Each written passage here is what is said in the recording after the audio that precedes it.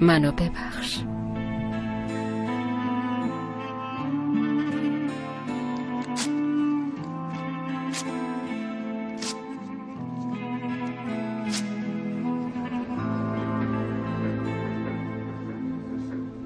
امکان گرفتن وام نیست.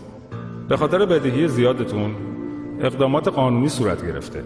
اگه اعلام ورشکستگی کنین. آره بابا میدونم، منم بهش گفتم ولی خب قبول نکرد. بابام اینجاست. خیلی خوب شد اینجا دیدمت. نمیتونم خرید کنم، کارتم موجودی نداره. حتما اشتباه شده. ببین بابا، اون کیفی که دوست دارم تخفیف خورده، باید حتما بخرمش. بریم درستش کنیم. باشه برای بعد دخترم، باشه.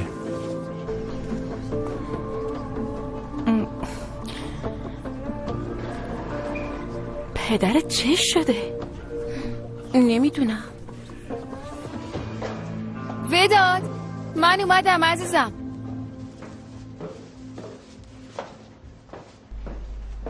وداد،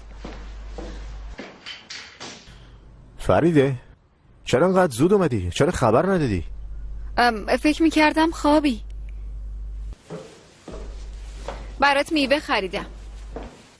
الانم میخوام به مامانم زنگ بزنم طرز پخت سوپ مرغ ازش بگیرم. از این به بعد نگهداری است و وظیفه منه.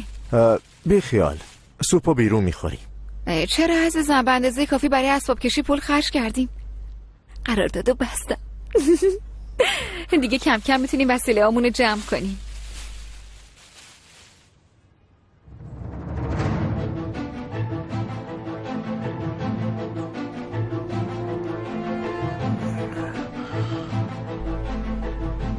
کسی تو خونه است؟ نه.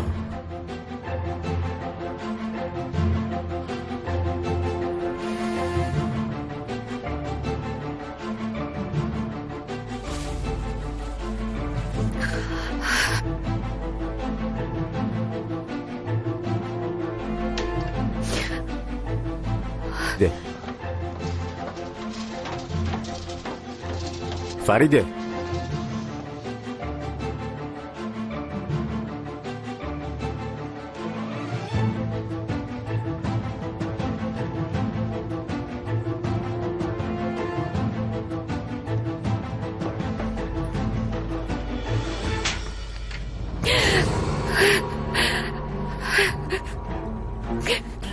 میتونم همه چیو توضیح بدم. چیو میخوای توضیح بدی؟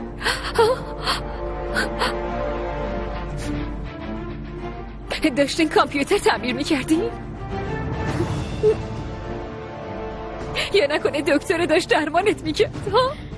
کدومش؟ ببین عزیزم، من نمیخوام رابطه کسی رو خراب کنم. ما فقط داشتیم وقت میگذروندیم. حتی فضولی نکن.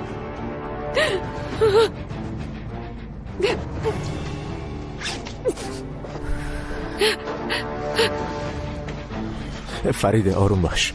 هر کسی لیاقت شانس دوباره رو داره. من دوستت دارم. ولم کن. این دختره رو قبل از تو باش دوست بودم. چند بار بهم زنگ زد جواب ندادم. اومد خونه هر کاری کردم نرفت. ساکت باشین، چی نگو. وقتی حرف میزنی همه چی رو بدتر میکنی.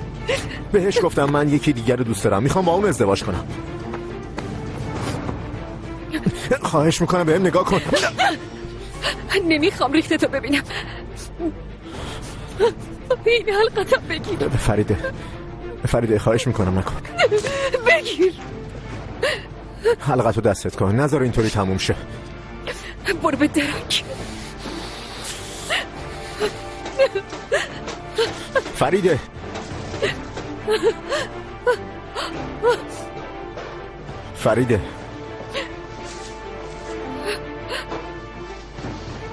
فریده به حرفم گوش بده.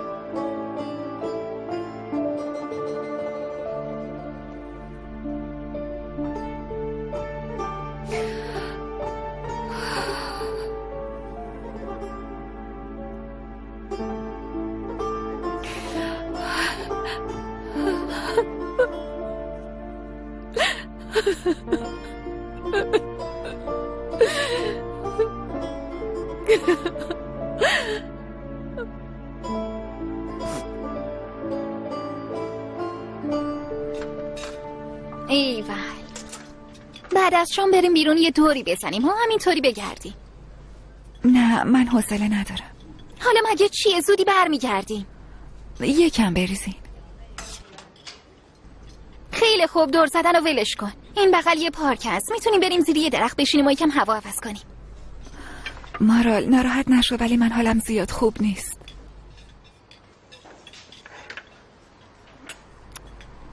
میدونم، خب میدونم دیگه عزیزم، منم برای همین دارم میگم. ببین، من و تو با هم دوستیم و از این به بعد تو نزدیکترین دوست منی. خیلی نمیمونیم، زود برمیگردیم.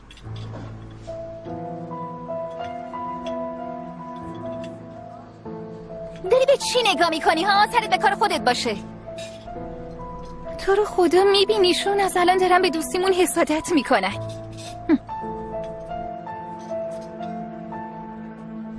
یکیشون خیلی حرف زشتی به دافنه زد. داشتن پروبازی در میآوردن، ولی وقتی من شروع به حرف زدن کردم روشونو کشیدن رفتن. دخترم تو حریف اونا نمیشی. فکر میکنم حق با نازان باشه. اومدنشون به اینجا کار درستی نبود. مامان، من با اونا چی کار دارم؟ تازه اونا اصلا در سطح من نیستن. بابا، تا وقتی مشکل کارتم حل بشه بهم پول بده، میخوام موبایل بخرم. مامان، تو هم اینو بده به پرورشگاه، صفحش شکسته. دخترم، تو مگه 3 ماه پیش اینو نخریدی؟ چرا؟ خریدم. مگه آدم هر ماه موبایل میخره؟ خب مگه چیه؟ مدل جدید اومده، میخوام بخرم. مگه من سر گنجش هستم؟ هی پول پول پول پول. تو چیز دیگه غیر از پول نمیشناسی؟ خیلی خوب، نخرین. به حد کافی آبرومو جلو دافنه بردین. کیف نخریدم، موبایلم که نمیخرین، اصلا نمیخوام، نخرین.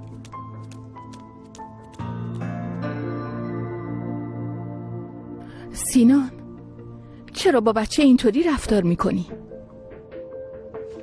کارم خوب پیش نمیره ملک.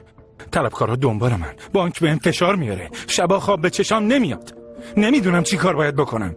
هیچ کاری درست پیش نمیره. تو میتونی حلش کنی، همیشه تونستی. به جمله منتقل نکن، خواهش میکنم.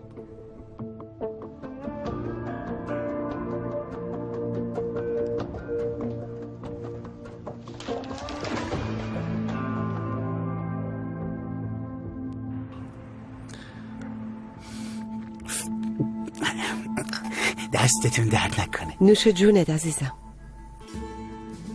خاله نازان، فکر کنم سرکان هنوز آماده نیست. الان میاد. میخوایم برین سینما؟ آره. خاله نازان، یه فیلم علمی هست، معلم فیزیکمون گفت بریم ببینیم، ما هم میریم. خیلی خوب، باشه بریم. دیر نکنینا. نه عمرن دیر کنیم. ببخشید. معلم فیزیکمون گفت برین ببینین. تو چرا انقدر احمقی؟ موهاشو ببین، احمق. سینما کجا بود؟ مگه چیه؟ حتما باید منو با خودتون ببرین؟ آره پسر، چون تو هستی پدر مادرم اجازه دادن. خیلی خوب، پاشین بریم، زود باشین. خداحافظ. نه ترس خاله هدیه، خیلی دیر بر نمیگردی. دخترم الان دیر وقتشه که دیگه در خوابگاهو ببندن. این وقت شب چه بیرون رفتن؟ خیلی زوده خاله هدیه، یه دوری میزنیم و زودی بر میگردی. ولی به هیچ وجه دیر نکنی. به پیر به پیغمبر قسم به خانم مدیر میگم. خیلی